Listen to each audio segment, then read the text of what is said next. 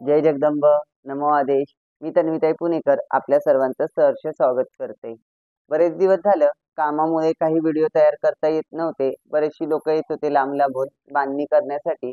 त्याच्यामुळं काय होत होतं की अक्षी व्हिडिओ बनवायला टाइमच भेटत नव्हता. तर आज म्हटलं थोडासा टाइम आहे. आज पौर्णिमा आहे. आज आपल्या जगदंबेचा निवेद नारळी होता. त्याच्यामुळे आज कोणाला बोलवलंही नव्हतं. त्यामुळे म्हटलं आज थोडासा एखादा व्हिडिओही करावा. आज काळूबाईची मांढरदेवीची यात्रा, त्याचबरोबर पौर्णिमा. त्या पौर्णिमेच्या सर्वांना सहर्ष शुभेच्छा. आज थोडंसं बोलण्याचं म्हणजे काय दाखवायचं नसून आज आपल्याला सर्व गोष्टीची माहिती देत आहे. तर माहिती कशाची? खूपदा मला बरेचसे लोकांचं मला YouTubeला कमेंट्स येत आहेत, की "ताई, बांधणी नेमकी काय? तुम्ही बांधणी म्हणजे काय करताय? बांधणी तुम्ही कशाची देता? बांधणी म्हणजे तुम्ही आमचे देव बांधणार आहात का? किंवा तुम्ही आमचे कुठले पित्र बांधताय का? किंवा बांधणी कशासाठी करतात?" या सखोल गोष्टींची मी आज माहिती देत आहे. बांधणी म्हणजे काय? ह्याच्यातच तुम्हाला पहिला शब्द येतो बांधणी. बांधणी म्हणजे बांधून घेणे. बांधून घेणे म्हणजे असं नाही की तुमचे देव बांधणे किंवा तुमचे काही घरचे लोक बांधणे किंवा तुमचे कुळदैवत बांधणे. ह्याचा अर्थ असा बांधणी होत नाही. बांधणीचा उपयोग म्हणजे नेमका काय? हिथून मी पहिले स्टार्टिंग करत आहे. बांधणी तुमचे विशिष्ट कार्य म्हणजे जर पाहताल तर तुमची प्रत्येकाची काही ना काहीतरी प्रॉब्लेम्स आहेत. आमच्या घरचा प्रॉब्लेम आहे, आमचा हा प्रॉब्लेम आहे, तो प्रॉब्लेम आहे. अनेक, अनेक, अनेक लोकांचे अनेक प्रॉब्लेम्स आहेत. बरेच प्रत्येक जण मला कॉल करतात, की "ताई आमचा हा प्रॉब्लेम आहे किंवा आमच्या घरामध्ये पैसा अडका टिकत नाही. आमच्या घरामध्ये लक्ष्मी टिकत नाही. आम्हाला ह्या शत्रूपासून भीती आहे. आम्हाला त्या शत्रूपासून भीती आहे. आम्ही काय करायचं?" या अनेक गोष्टी म्हणजे तुम्ही म्हणताल तो प्रॉब्लेमवरती आपण बांधणी करतो. बांधणी म्हणजे नेमकी काय करतो?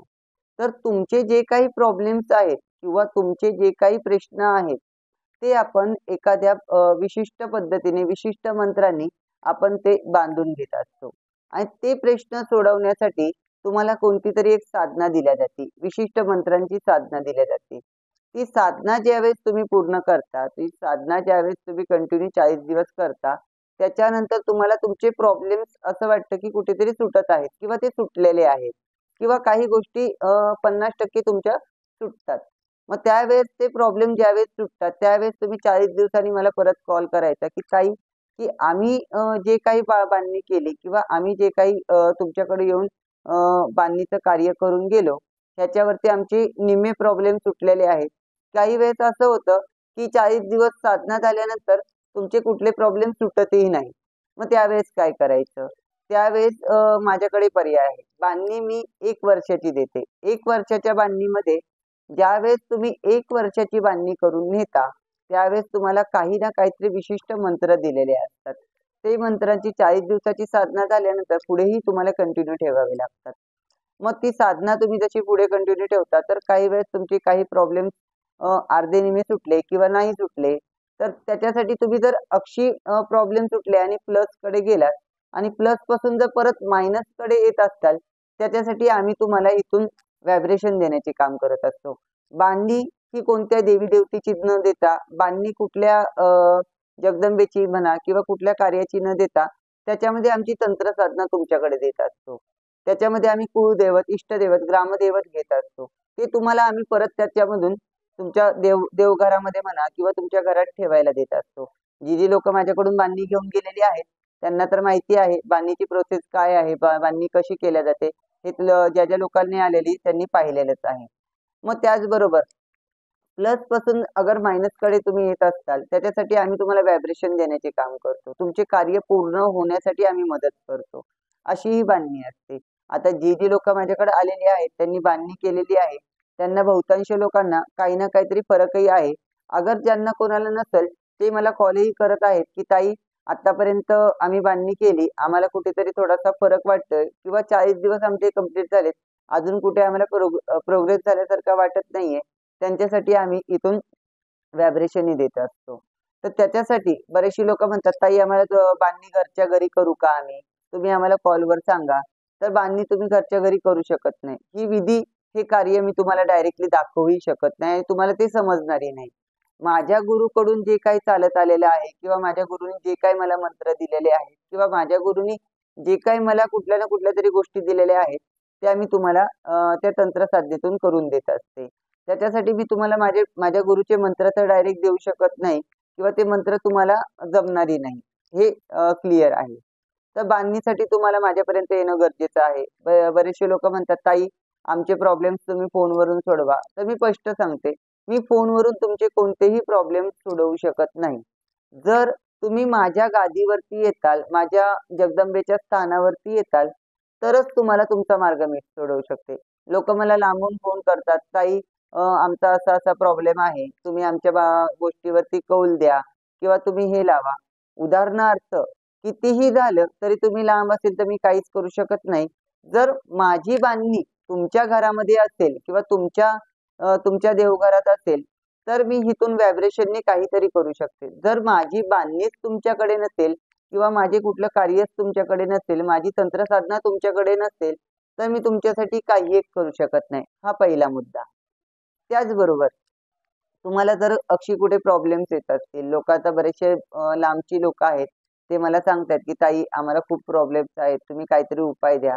त्याच्यासाठी माझ्याकडे एकच उपाय आहे. तुम्ही जर मला कॉल करताय, तुमच्या उपायासाठी मी जगदंबेकडे प्रार्थना करू शकते. जगदंबेला तुमच्यासाठी विनवणी करू शकते की अशा अशा व्यक्तीचा मला कॉल आलेला आहे. ती व्यक्ती माझ्याकडे येऊ शकत नाही, पण निदान मी तुमच्यासाठी प्रार्थना करू शकते. पण अक्षी जर तुम्हाला पूर्ण मार्ग हवा असेल, तर तुम्हाला माझ्याकडे येऊन बांधणीची क्रिया करावी लागेल.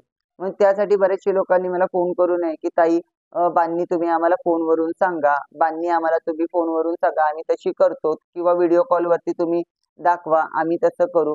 ही क्रिया मी मुळीच करू शकत नाही आणि करणारही नाही. त्याचबरोबर बरेचसे लोक म्हणतात, ताई तुम्ही गव्हावरती कौल लावा, कवड्यांवरती कौल लावा. तर मुळात म्हणजे गव्हावरती, कवड्यांवरती कौल लावणे हे काही योग्य नाही आणि हे आपल्या धर्मशास्त्राला मान्यही नाही.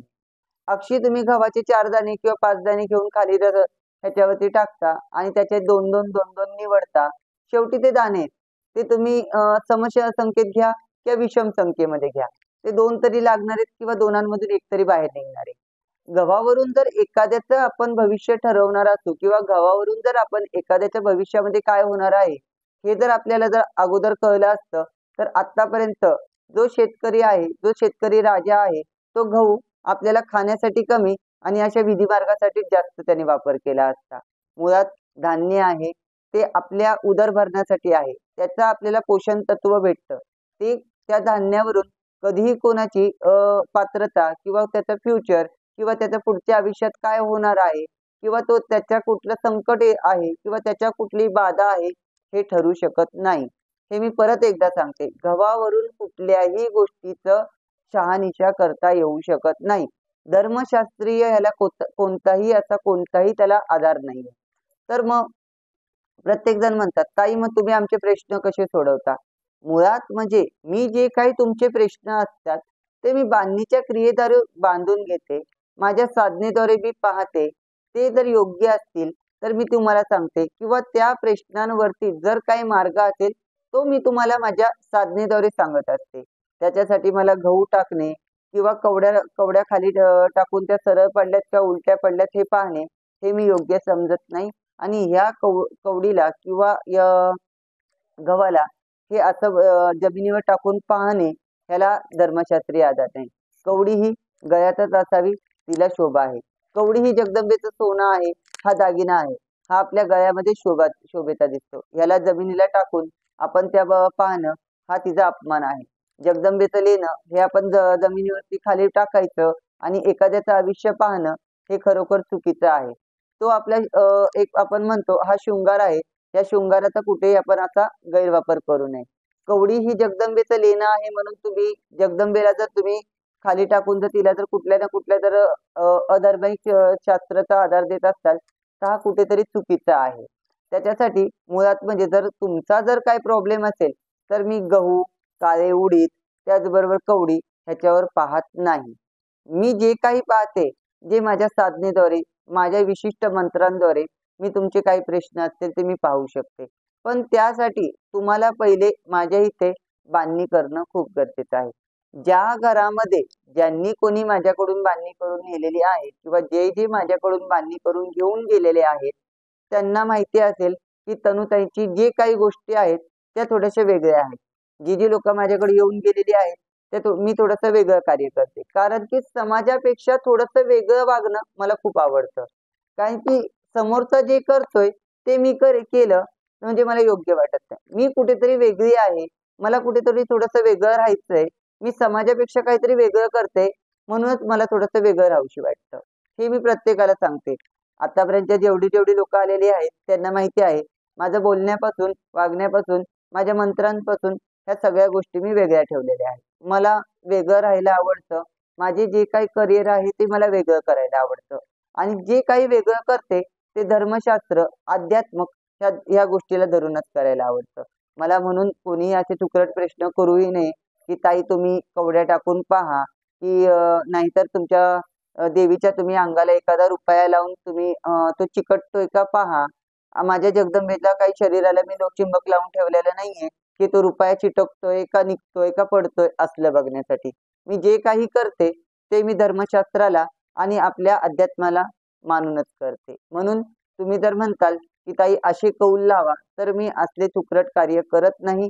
गव्हावरती, कवड्यांवरती असले कौल मी घेत नाही. कवडी ही माझ्या गळ्यातच मला शोभेला चांगली वाटते.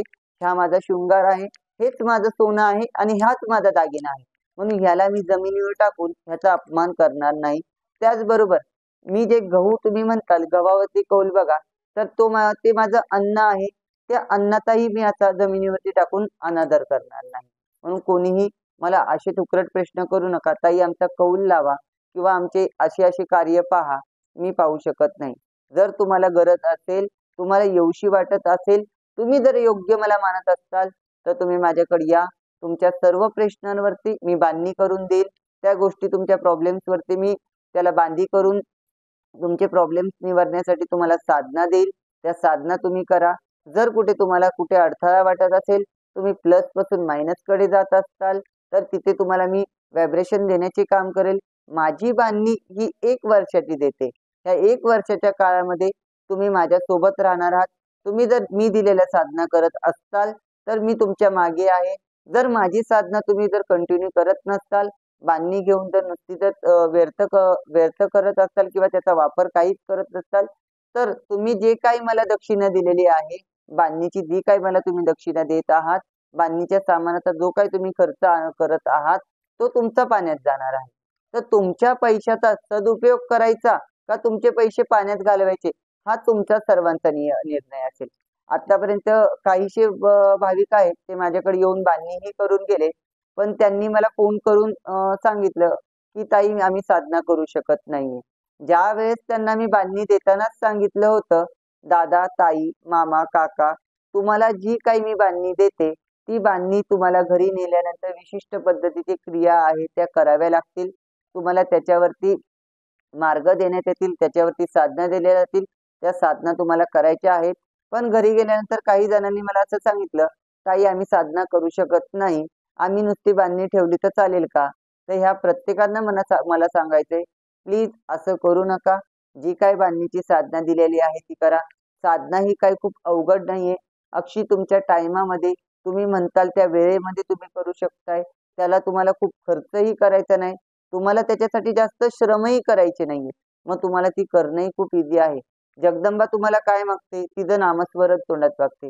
तिचं नामस्मरण जर तुमच्या तोंडात असेल, तर तुमच्या सर्व कार्याला ती गती देईल. आणि माझा काही नंबर आहे किंवा तुम्हाला जर कोणाला यायचं असेल, तुम्हाला माझ्यापर्यंत पोहोचायचं असेल, त्याच्यासाठी माझा नंबर आहे 93 22 16 16 99. 93 22 16 16 99. हा नंबर माझा कॉलिंगला पण आहे, WhatsAppला पण आहे. जर बहुतांश वेळेस असं होतंय, की बरीचशी लोकं असतात, त्याच्यामुळे मला कॉल रिसीव्ह करता येत नाही. माझ्याकडे 2 मुलं आहेत माझी. त्यांनाही बरेचसं काम असल्यामुळे त्यांनाही फोन रिसीव्ह करता येत नाही. तेवढ्यासाठी तुम्ही कंटिन्यूअस कॉल करू नका. जर तुमचा अक्षी प्रॉब्लेम आहे, तर तुम्ही मला मेसेज करून ठेवा. मेसेजचा तुमचा थोड्या वेळाने, उशिराने का होईना, तुम्हाला रिप्लाय देण्यात येतो. जर तो कॉल रिसीव्ह केला, तर तुम्ही तुमची बांधणीची काही गोष्ट असेल, तुम्हाला कधी यायचंय, काय यायचंय, ह्याची तुम्हाला बुकिंग करून ठेवावी लागेल. माझा मुलगा आहे, एक मुलगी आहे. ते दोघं जण तुमची काही यादी म्हणा, तुम्हाला यादी पाठवण्याचं, त्याचबरोबर तुमची बुकिंग करण्याचं काम ते करतात. तुम्हाला यायच्या 2 दिवस आधी तुम्हाला कळवावं लागेल, की आम्हाला ताई यायचंय, बांधणी करण्यासाठी यायचंय.